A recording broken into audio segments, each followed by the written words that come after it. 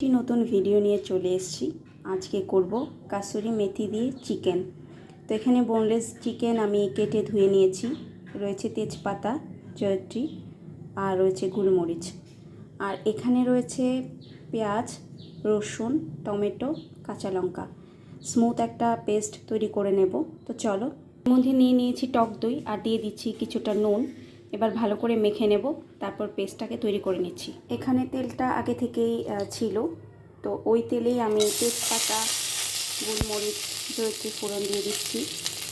আর এবার দিয়ে দেবো কিছুটা কুচনো পেঁয়াজ।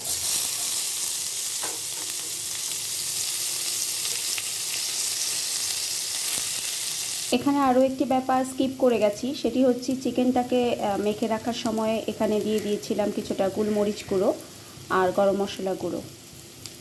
টক দই, নুন, সামান্য সাদা তেল দিয়ে মেখে রেখেছি, পেস্ট করে নিয়েছি। আর এইদিকে পেঁয়াজগুলো ভাজা ভাজা হয়ে এসছে।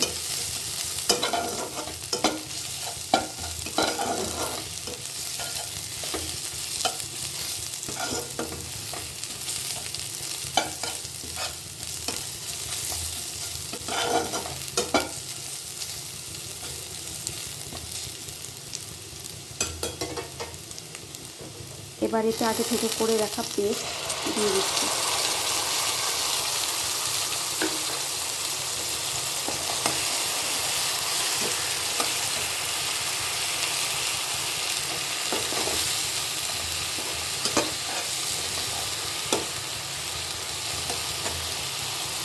এখানে দিয়ে দিচ্ছি কিছুটা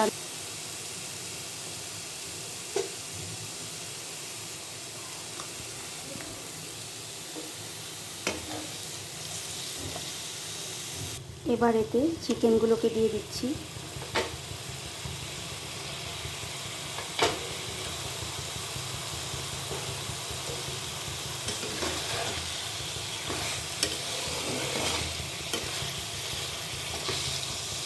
ভালো করে কষিয়ে নেব যতক্ষণ না অবধি এর গা থেকে জলটা ছাড়বে, চিকেনের গা থেকে।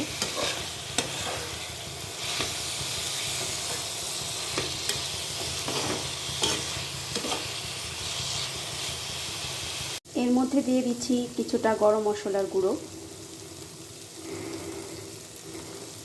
কিছুটা বাটার দিয়ে এবার আমি কাসুরি মেথিগুলোকে দিয়ে দেব, দিয়ে ভালো করে নাড়াচাড়া করে নেব।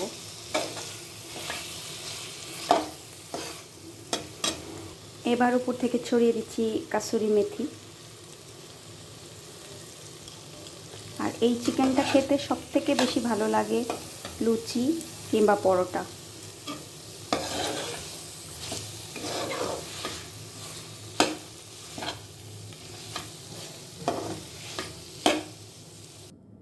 একদম রেডি আমার কাসুরি মেথি চিকেন। খেতে এত টেস্টি হয় এটা, এটা পরোটা, লুচি সঙ্গেই যাবে, ভালো লাগবে, বেশি খেতে ভালো লাগে। তো অবশ্যই একবার ট্রাই করবে। ভালো লেগে থাকলে পাশে থাকবে, সাথে থাকবে। ধন্যবাদ সবাইকে।